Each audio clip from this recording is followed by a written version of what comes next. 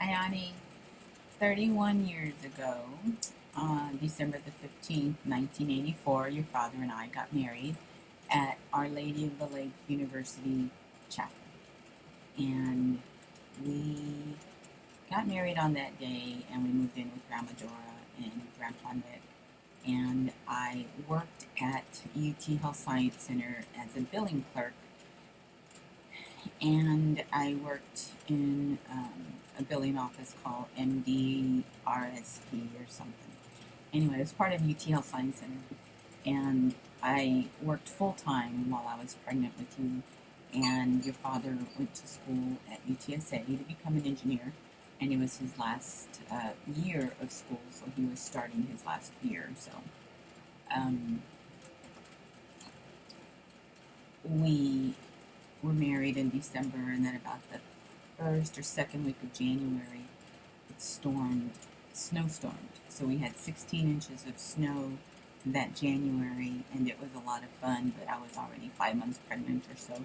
So I was real scared to walk in the snow, but we lived there on Mary Louise, and we walked over to the HEB in the snow, and it was a lot of fun. It was a lot of snow, it was cold, and it was a lot of fun. We were off of work, he was off of school. So we had a lot of fun. May the 1st, I had decided to stay home because I had already put in my leave request to be off starting on May 1st, because my due date was going to be May the 16th. And I thought I would take off a few weeks before I gave birth to you. So I thought I needed some time to rest. So on May the 1st, which would be today, 31 years ago, I went to my doctor for my regular doctor's appointment. And when I went to go see her, she said I was 2 centimeters dilated. And she said, but this could go on for hours, this could go on for days, it could go on for a couple of weeks. So, just relax. Well, I had gone to the doctor at noontime, and I hadn't eaten because I didn't want her to tell me I had gained more weight. Because while I was pregnant with you, I gained 65 pounds. Just a little bit of weight. So I gained a little bit of weight while I was pregnant with you, and I didn't want her to tell me I had gained more weight. So I didn't eat breakfast, and my appointment was at about noontime. And I went to see her, and then got my exam, and then came home, and I was starved. So I stopped by HEB, and I bought Cheetos, and I wanted Big Red, so I bought Big Red, and I wanted to have sandwiches, so I think I had chicken salad sandwiches with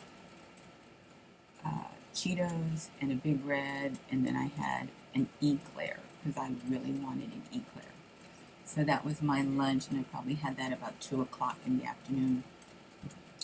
Then about 4 o'clock, 4:30 or so, Grandma Dora said she had made enchiladas. And I loved her enchiladas because she's the one that taught me how to make my enchiladas, and the ones that you learned how to make enchiladas, the same ones.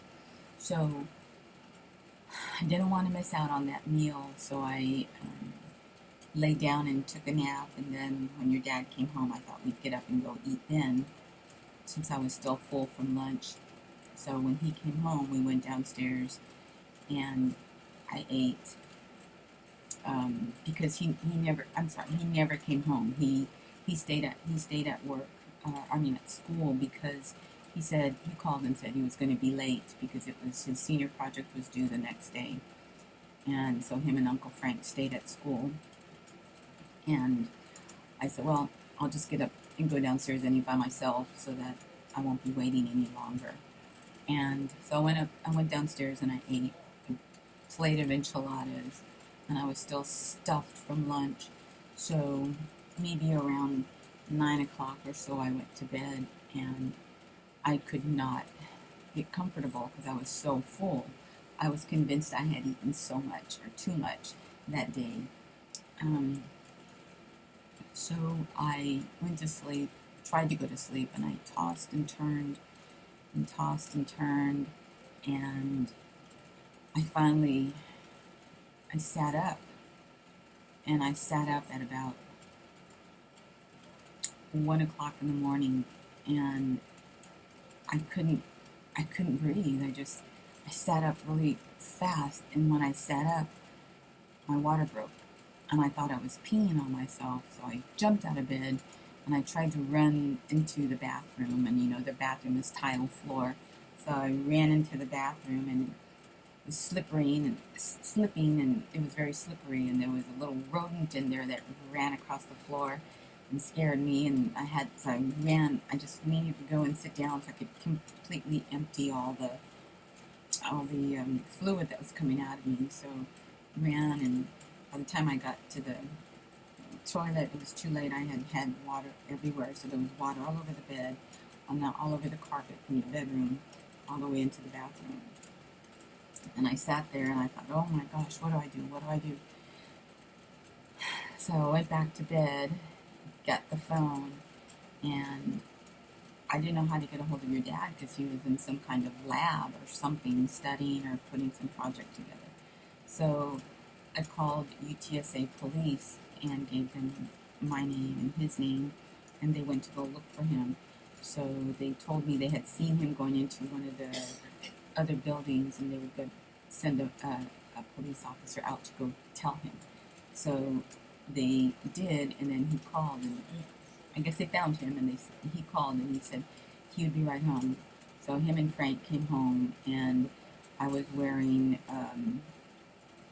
this big, long maroon robe that was head to toe, that was like fleece, and it was maroon, and across the front it said hot stuff. So I was wearing this big maroon robe with beige letters that said hot stuff all the way across, because Grandma Dora had given it to me, so I had to wear it.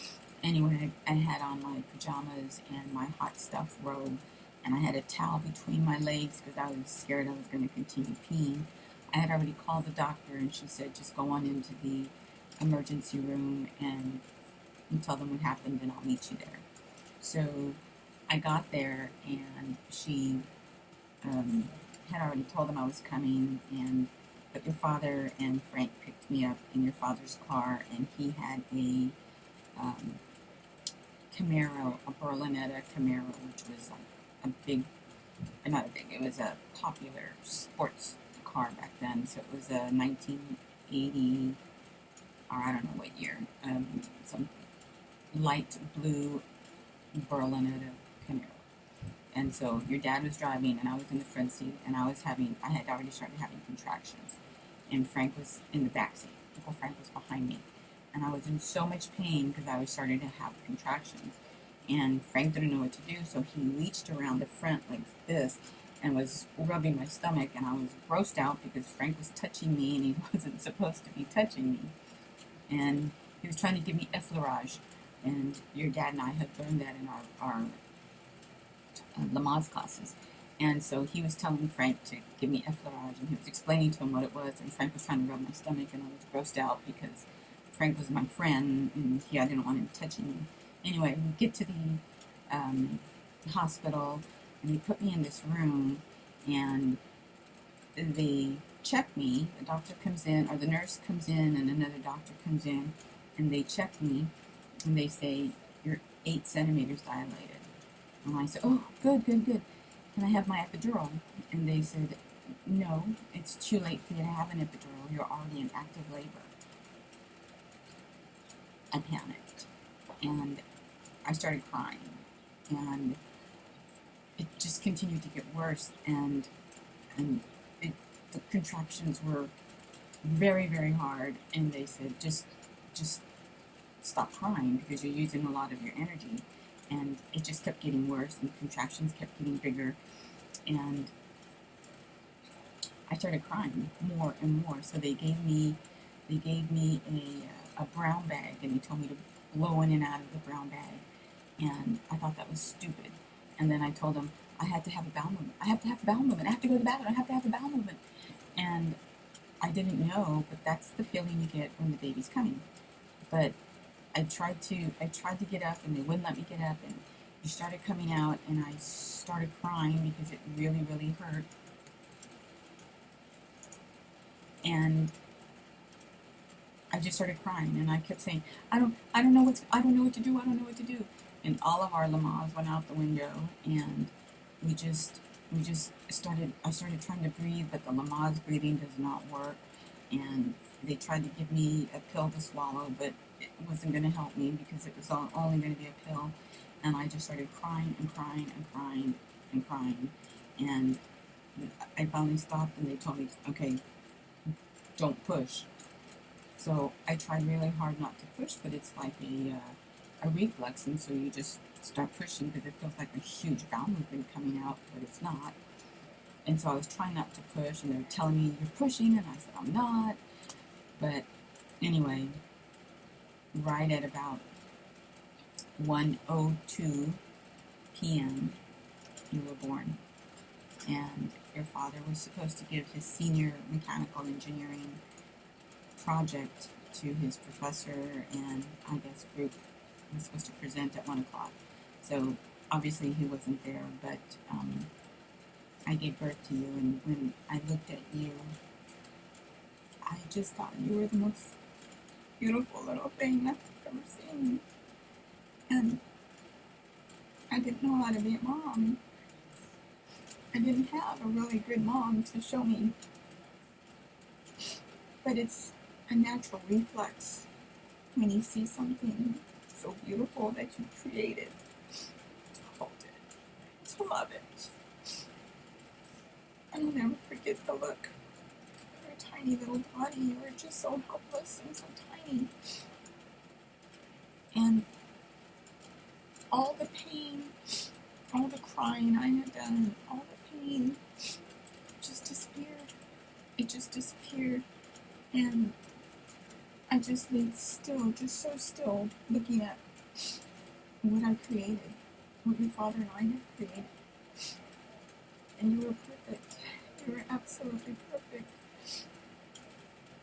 And it was the most beautiful feeling, most perfect, wholesome